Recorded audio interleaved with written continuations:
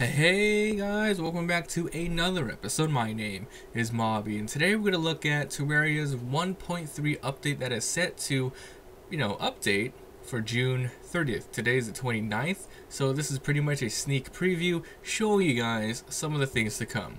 So what you are looking at right now is the achievement page on Steam.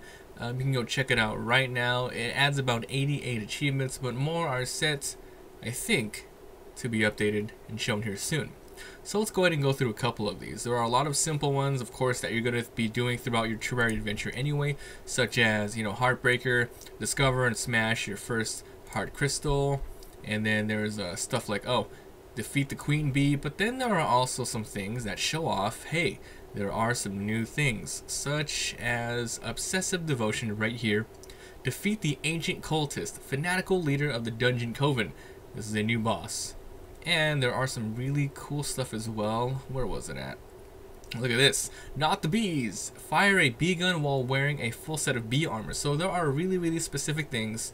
And my upcoming Terraria series, if you're watching this on the 29th as of this video is being uploaded, or even later, yes, my whole new Terraria series starting from episode 1 to whenever it finishes is going to be me completing every single one of these challenges. It could be really difficult, such as this one. Spend over 1 gold being treated. That's not the worst. I mean, the more you hurt, the more you can heal, and you can keep skipping it over and over. But then there is stuff like this. Marathon medalist. Travel a total of 26.2 miles. And I'm not looking forward to this one. For completionists. Supreme helper minion. Complete a grand total of 200 quests for the angler.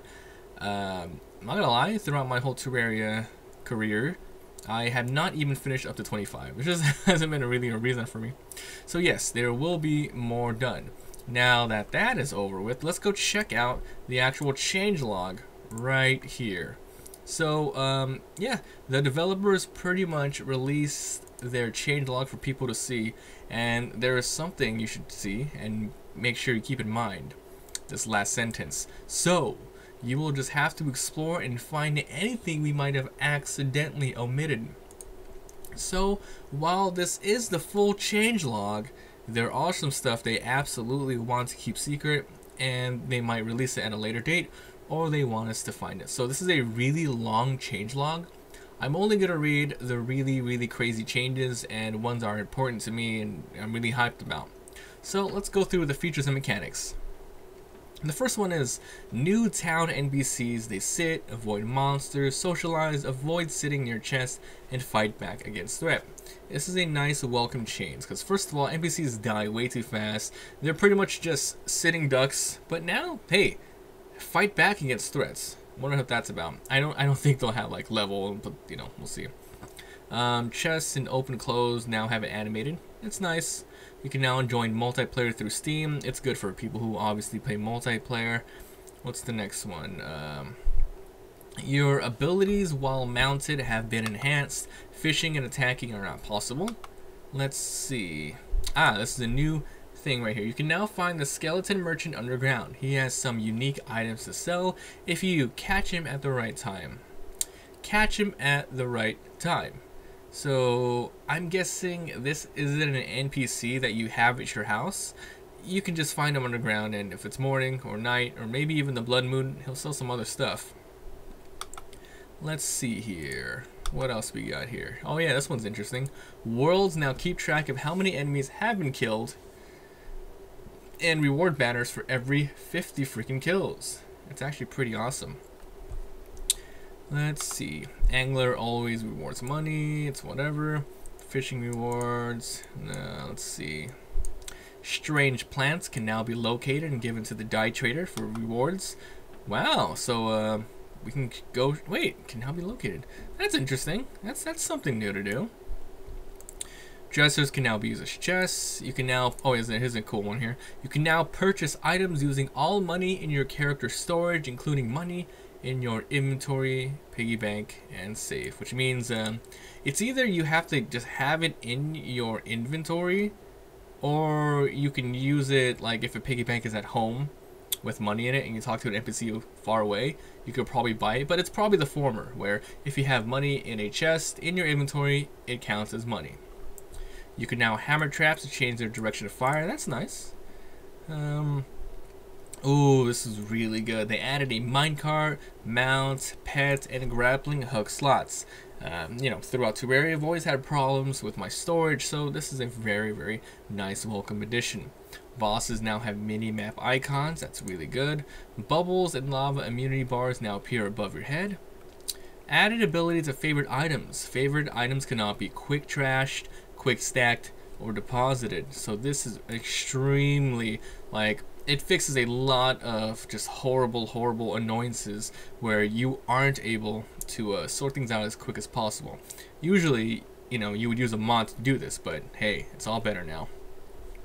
Dye system has been overhauled to improve the general appearances of dyes. Maybe we'll actually use dyes now in the game. Let's see, paintbrush, all that good stuff. And then check this out. There is a new expert mode in the game, which we will be playing with because it adds a couple of specific things you can only get in expert mode. So you can toggle it in the world creation, lots of changes, more challenges. So let's check this out. You stay dead longer before being able to respawn during boss fights. This will change a lot of things. Some bosses will disappear, of course, if you get too far. And of course, you know, the longer you stay dead, the more time it is during the fight, which means, hey, it could be morning and they'll disappear anyway. Boss health scales in multiplayer depending on the number of players. So single player, we should still be pretty good. Weaker enemies gain increased stats as the players progress, starting in hard mode. So yeah, slimes will be harder later on. You drop 75 of your gold. Oh jeez. Enemies can pick up your gold and try to run off. Monsters have a small chance to spawn in towns. Ooh, that's horrible. Some normal enemies have been given a new AI. Bosses have been given a new AI. So if you are in expert mode, bosses should be different. Bosses will drop treasure bags containing powerful, expert exclusive items for those to reward those up to the challenge. Pots drop more stuff. Ice monsters get a higher chance of freezing you. Quest gives more money. Bats have a new feral bite debuff. Increases my damage but lowers my regen. Life regen isn't as effective unless you have the well-fed buff. So yeah, we gotta eat more. Vampire and Spectre healing is slightly less effective. And the defensive statistic is more effective than normal mode. So the defense statistic is more effective. So yeah, I mean, that's good for us. So yes, expert mode is something we will absolutely be doing. And then we got the events here. Evasion events now have a progress bar. Oh, that's so good. Showing how far the player has towards completion. So there is a new slime event now included. It's random. I don't know if there's going to be an item to summon it, like you know, the goblin banner and whatnot. So the goblin invasion, I did talk about this before, how I wish the goblin and pirate invasion needed some kind of end boss, you know, towards the event. And there it is, a new mini boss, but it's in hard mode. So we have to do that later. Blood Moon has a new graphical upgrade and graphical update, as well as a couple of new enemies. Solar Eclipse has a new item, so you can use it whenever you want, and new enemies and rewards. There is a new event called the Martian Madness, and we can only do it after the golem. After we fight the golem, cultists will now begin to spawn outside, and defeating them will also start the beginning of the end. So there is a new end game after the golem. Now we're going to get towards some of the less interesting things about crafting, bug fixes, and whatnot. I'll try to skim through this as much as possible. This first one's pretty important, however. You can now craft items from a chest while it is open, so you don't have to have it in your inventory. It's really nice. And there's an alchemy table to reduce potion costs. Let's see, yeah, and then you can go check this out. I will be putting a link in the description so you can easily check it out more. I just wanted to show you guys some of the things I'm really crazy excited about. And of course, you know, new updates just to get you just to get you guys hyped up even more about this. Some more miscellaneous stuff, a new NPC, the tax collector will join you if rescued. So yes, there's lots of just small things you absolutely want to check out, especially if you are just as excited as I am. There are over 800 new items to discover. Now, albeit, I'm going to guess that 200 to 300 of them will be just, you know, decoration items that I'm probably not going to want. I could be absolutely wrong, however. There's a new weapon type.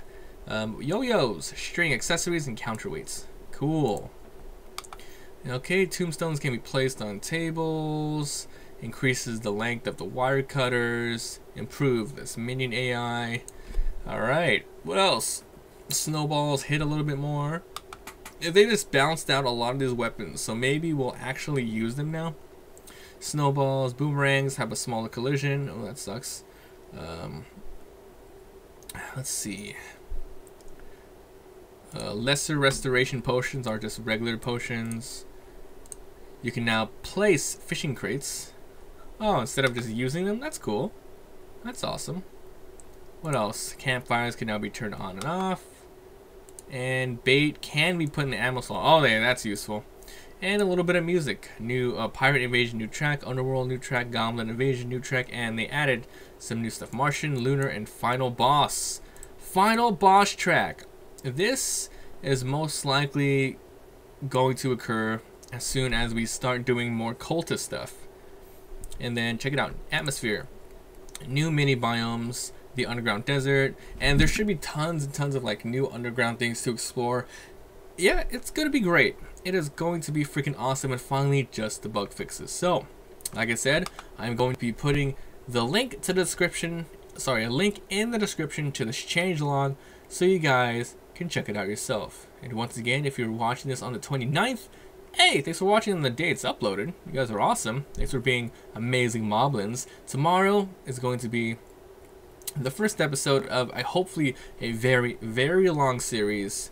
And as I said before, our goal, complete every single one of these challenges. So yeah, we are on the road to 100%ing Terraria. It is going to be fucking amazing. Anyway guys, thanks for watching, and I'll see you guys next time.